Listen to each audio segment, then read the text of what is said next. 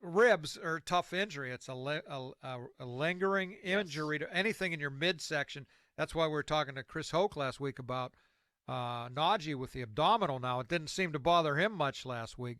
But anytime in your midsection, that's twisting, turning, the torque. I don't know about TJ. Now, I read a thing from Alex Kozora today, pointed out the injuries TJ has had the last 2 years. Mm. Remember, he missed games last year, left games. Last year, groin twice, knee, hip, ribs. This year, knee, pec, ribs. Mm. It's not a good sign for your best player who you're paying $1 zillion to, is it? No, it's not, and I'm sure a lot of it with injuries is never really the player's fault. I mean, it's No. just kind of you run into bad injury luck, but you couple that with the fact that he does take himself out of games sometimes, where he, for whatever reason, maybe he goes at 1,000% every play, and then you see he takes a couple of plays off. So that's not to totally dog T.J. Watt because again, he's the defensive player of the year. Yeah, he So I is. mean.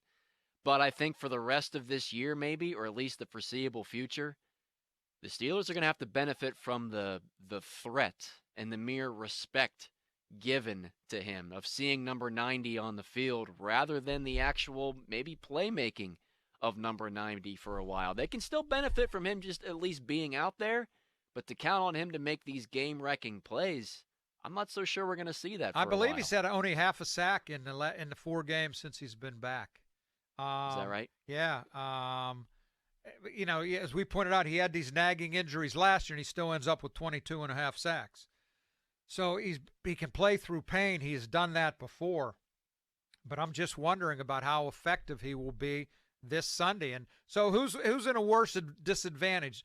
The Ravens without Lamar or the Steelers without Watt, if it comes to that, or if Watt isn't effective, plays but isn't effective. Well, I think that TJ Watt has been playing. Has he necessarily been effective over the last few weeks?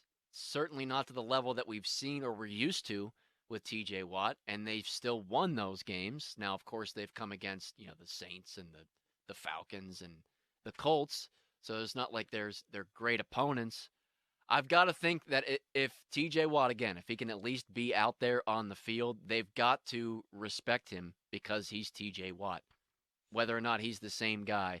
So I think it's more beneficial for the Steelers to just at least have him out there than the Ravens missing Lamar Jackson completely because Tyler Huntley, though he can do some of the same things that Lamar does, He's no Lamar. he's no That's why Lamar. Lamar's going to get paid what he's going to get paid. And he's 1-3. Well, now 2-3, I guess, as a starter. Well, he didn't Or start though playing the most last. of the He game. didn't. Yeah, but Lamar ends up getting gets that record. Sure, It's like Pickett against the Buccaneers. He left the game, but he gets and the he win. gets the win, even though that was the game Trubisky almost single-handedly pulled it out. That's a kind of a deceiving stat. Yeah. All right.